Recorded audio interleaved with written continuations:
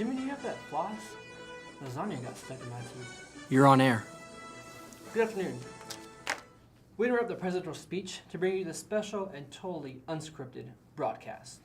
I'd like to welcome you to the first and only ever Ben Talks. Today's issue is stress. Ben, we only have one camera here.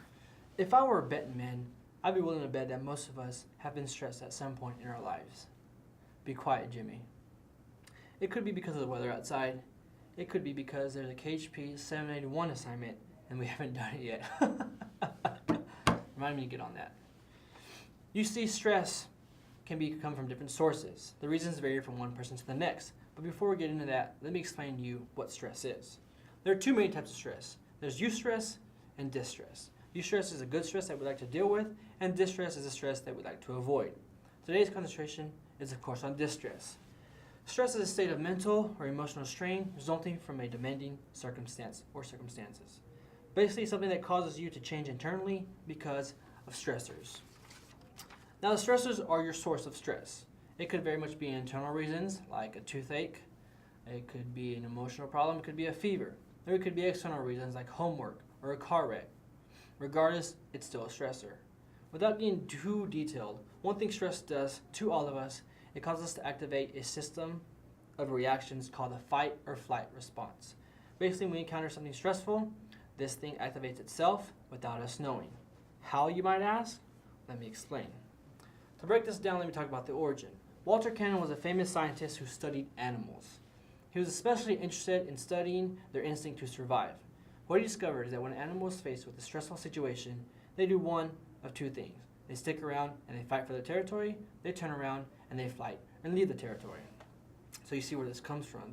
He decided to channel this to humans. Because you see, an animal's most stressful situation is either living or dying. Ouch. You never see a cat worry about doing the dishes or doing homework. That cat gets me every time. Walter discovered, while studying humans, that when faced with a stressful situation, we also do one of two things. We fight it, and we take on the situation, or we fight, and we leave the situation. Another example would be, imagine a running back from the NFL coming at you right now. A fight response would be to sit there and tackle him. A flight response would be to turn around, grab his hand, and skip into the end zone. So why am I telling you this? Because 70 to 80% of all illnesses are stress-related. It includes cardiovascular disease, blood pressure, and obesity. Most Americans suffer from short-term high stress, including high blood pressure, increased heart rate, high blood sugar, and higher levels of fat. One of the biggest links these diseases share with stress is cortisol. When we're stressed, we experience an increase in cortisol. It's a hormone our body naturally produces. It's highly attracted to glucose or sugar. How can I explain this a little better? Imagine after a long day at work, you have a project going on, and you finally turn it in. At what point does it cross your mind to say, hey, you know what? I could use a salad right now. It probably doesn't. Because you're stressed, you probably are craving something a little more tasty, like some chocolate. After a long day of working 8 to 5 in the office, you and some coworkers are leaving, walking out the door, do you ever hear anyone ever say, hey, I could use a nice glass of water? Probably not. They probably say, hey, you know what? I could go for a drink. Jimmy, you brought me a Miller Lite. I'm going to get fired for bringing alcohol on the set. Well, you get the gist. We strongly crave foods that are unhealthy for us because of stress. Now, there are more reasons and things that stress us to the body, but I wanted to concentrate on things you can control. So here's some solutions for when you're stressed out. Don't procrastinate. If you can slowly make progress on a task or an event, it'll decrease the stress you experience later on.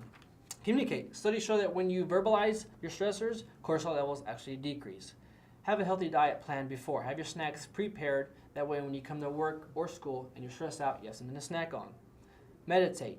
Lay your head down and be in peace and silence for 15 minutes. Let your body go back to being where it wants to be.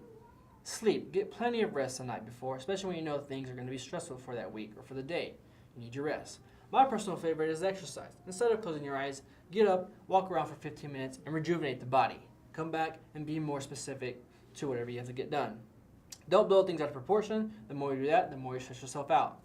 Finally, manage some time better. I'm not the best at this myself, but the better you can manage your time, everything else will fall into place. And if all else fails, ask the boss to turn that empty office in the building into a puppy room. Studies show that when students have puppies to play with during finals week, their stress actually decreases. Jimmy asked you for a puppy, and you brought me a bear. That's all we had room for in the budget. That concludes our segment today. I hope you enjoyed it. And until next time, enjoy being stress-free. And good night. You guys are lucky. You're all fired right now. Jimmy, I still need that floss.